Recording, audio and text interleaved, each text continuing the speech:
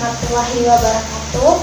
Perkenalkan, nama saya Hari Rahmat Fariha dengan NIM 1901026010. Kali ini kita akan belajar bersama mengenai materi migrasi penyiaran TV analog ke TV digital. Apa sih yang menjadi alasan perlunya terjadinya migrasi penyiaran TV analog menuju TV digital ini? Yakni, teknologi akan semakin canggih dengan seiring berjalannya waktu. Dan digitalisasi penyiaran menjadi tuntutan tak terelakkan perkembangan teknologi. Migrasi TV analog menuju digital merupakan salah satu wujud transformasi digital dalam ruang lingkup tata kelola penyiaran di Indonesia. Presiden Jokowi pun telah mencanangkan percepatan transformasi digital di Indonesia yang ditegaskan dengan payung hukum terkait transformasi digital tertuang dalam Undang-Undang Cipta Kerja Pasal 60A Ayat 1. Berikut ialah bunyi dari UU Cipta Kerja Pasal 60A. Berbunyi, yang pertama, penyelenggaraan penyiaran dilaksanakan dengan mengikuti perkembangan teknologi termasuk migrasi penyiaran dari teknologi analog ke teknologi digital. 2. Migrasi penyiaran televisi terestrial dan teknologi analog ke teknologi digital sebagaimana dimaksud pada ayat 1 dan penghentian siaran analog atau analog switch off diselesaikan paling lambat 2 tahun sejak mulai berlakunya undang-undang ini, yakni 14 November 2022. Pasal 3 yakni ketentuan lebih lanjut mengenai migrasi penyiaran dari teknologi analog ke teknologi digital sebagaimana dimaksud pada ayat 1 dan ayat 2 diatur dengan peraturan pemerintah siaran yang menandai dari aspek teknologi. Nah, ini menurut Direktur Operasi Sumber Daya Kominfo, yaitu Dwi Handoko, mengungkapkan bahwa penggantian transmisi analog ke digital akan menciptakan efisiensi pemakaian spektrum frekuensi, mampu menghemat bandwidth, kebal terhadap gangguan atau noise, dan dilengkapi sistem yang mampu memperbaiki kesalahan pengiriman data akibat gangguan noise yang disebut PAC atau Forward Error Correction Rate, sehingga informasi yang diterima itu akan utuh kembali atau error free. Nah, dasar hukum transformasi digital ini dibangun karena kondisi penyiar di Indonesia.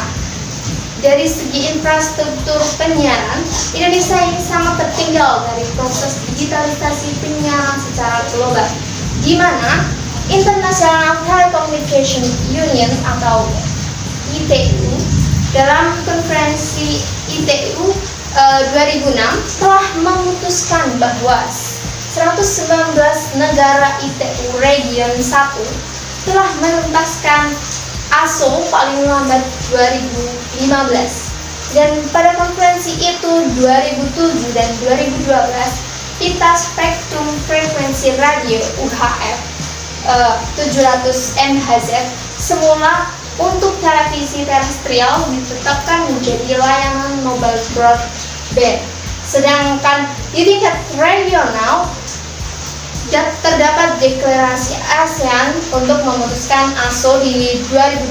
Dengan demikian, secara singkat, kita bisa menyimpulkan bahwa alasan adanya migrasi televisi analog menuju ke TV digital ialah untuk meningkatkan efektivitas industri penyiaran di Indonesia.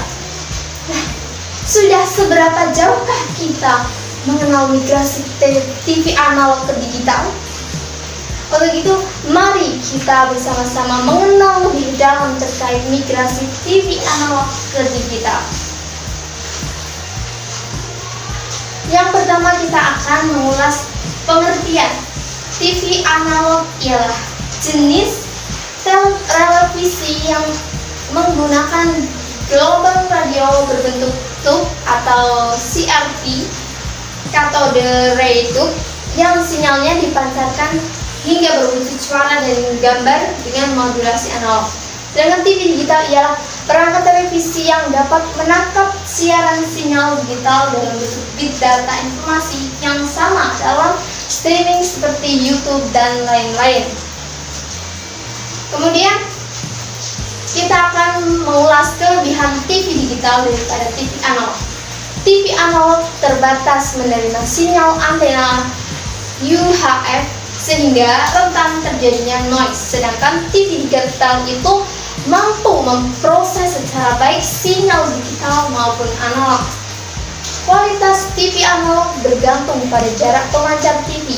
Kualitas gambar TV analog juga standar disebabkan oleh bandwidth yang rendah, sedangkan TV digital sebaliknya memiliki kualitas TV digital tidak bergantung pada jarak pemancar TV. TV analog tidak mempunyai fitur canggih, sedangkan TV digital memiliki layanan interaktif, jadwal acara yang telah dan akan ditayangkan pada electronic program guide. Apa saja sih manfaat yang diperoleh masyarakat dengan beralih ke TV digital ini? Banyak sekali ragam manfaatnya. Yang pertama, TV digital lebih efisien dalam pemanfaatan spektrum frekuensi. Yang kedua, dari segi operasional, pos penyelenggaraan digital bisa bekerja sama dengan penyelenggaraan multiplexing melalui skema sewa slot siaran TV digital. 3. Kemudian dari sisi kualitas audio dan video, TV digital jauh lebih baik dibandingkan dengan TV analog. Yang keempat, pemirsa, TV digital bisa menikmati kualitas standar gambar yang jernih atau high definition atau HD. Audio bisa sampai Dolby Stereo sehingga lebih nyaman untuk dinikmati. Manfaat kelima yakni TV digital juga memiliki fitur canggih seperti sinopsis siaran program. Siaran bisa dilihat oleh pemirsa secara harian dan mingguan, serta dilengkapi dengan fitur early warning system untuk peringatan dini apabila terjadi bencana alam. Manfaat selanjutnya yakni masyarakat tidak perlu membeli pesawat TV baru untuk berlangganan internet untuk memperoleh siaran TV digital. Masyarakat cukup membeli alat yang bernama set-top box untuk menerima siaran TV digital terestrial. Ketujuh, dapat memperkuat ideologi bangsa yang diraih melalui diversifikasi program tayangan dari stasiun televisi lokal. Itu artinya stasiun televisi lokal mempunyai berbagai konsep penyiaran yang bisa dijadikan kepada masyarakat, yang bisa disajikan kepada masyarakat. Manfaat yang kedelapan ialah memotivasi keberagaman konten pada industri penyiaran di dalam negeri, sehingga bisa membuka peluang bagi banyak elemen masyarakat untuk turut berpartisipasi dalam pembuatan konten produksi penyiaran. Selanjutnya, yang terakhir yaitu dapat memotivasi kompetensi yang adil bagi lembaga penyiaran televisi swasta. Dengan begitu, televisi pendatang baru bisa bersaing dengan lembaga penyiaran televisi lainnya. Lalu bagaimanakah tahapan migrasi TV analog ke TV digital? Dikutip dari https://id Wikipedia, migrasi siaran digital sendiri diatur dalam tahapan-tahapan dalam jangka waktu tertentu. Di Indonesia sendiri, tahapan migrasi ini ditandai dengan aneka perubahan waktu seiring dengan naik turunnya dan sempat belum pastinya kebijakan pemerintah mengenai siaran digital itu sendiri. Di awal kemunculan siaran digital pada 2009, awalnya pemerintah sempat menargetkan siaran digital dapat berlangsung di seluruh Indonesia pada 2011 sampai 2012. Walaupun kemudian tidak terwujud. Kemudian pada rancangan baru yang dibuat pasca Permen Kominfo nomor 22 tahun 2011 dikeluarkan, pemerintah merencanakan bahwa proses migrasi secara resmi akan dimulai pada tahun 2012. Pemerintah juga merencanakan bahwa proses ASO akan tuntas pada 2018. Pasca pembatalan Permen Kominfo nomor 22 tahun 2011, yang memberi landasan bagi ASO di Mahkamah Agung, maka dikeluarkanlah penggantinya berupa Permen Kominfo nomor 32 tahun 2013 yang menghapuskan target waktu ASO seperti telah disebutkan di atas. Sebagai penggantinya, aturan baru ini hanya mengatur tentang kapan siaran digital akan dimulai di berbagai daerah, ditambah dengan kemandekan siaran digital pasca 2015 sendiri, membuat pemerintah tidak lagi menetapkan tahapan-tahapan ASO secara rinci. Sejak itu, dan lebih mengandalkan ASO alami tanpa batas waktu dan sesuai selera pasar konsumennya. Pasca pengesahan Undang-Undang Cipta Kerja pada tahun 2020, tanggal 2 November, pemerintah menerbitkan aturan turunannya, yaitu Permen Kominfo nomor 6 2021 yang menetapkan waktu migrasi siaran digital di berbagai daerah. Sebelumnya, beberapa daerah sempat merencanakan bahwa migrasi akan dilakukan secepatnya, seperti di Kalimantan Timur pada 30 Juni 2021 dan Jakarta pada 2 November 2021, walaupun semuanya tidak terrealisasi. Dalam percobaan migrasi kedua ini, waktu yang diberikan cenderung lebih singkat, hanya selama 2 tahun hingga tahun 2022.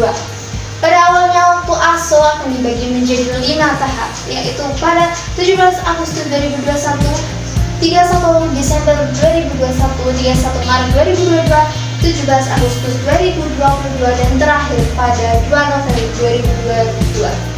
Namun, kemudian waktunya dijadwal ulang kembali dengan penetapan Permen Kominfo nomor 11 tahun 2021 yang dikeluarkan pada tanggal 10 Agustus 2021. Seiring dengan masukan dari berbagai pihak dan juga dikarenakan adanya pandemi COVID-19 yang terus berlangsung, sehingga waktu migrasi menjadi sepenuhnya terjadi pada 2022 dalam 3 tahap dan dimulai waktunya dari 30 April 2022. Berikut adalah tabel perkembangan migrasi siaran digital di Indonesia secara singkat. Fase pertama, 13 Agustus 2008 sampai 20 Desember 2020, yakni percobaan DTV dan pengosongan layanan premier lainnya.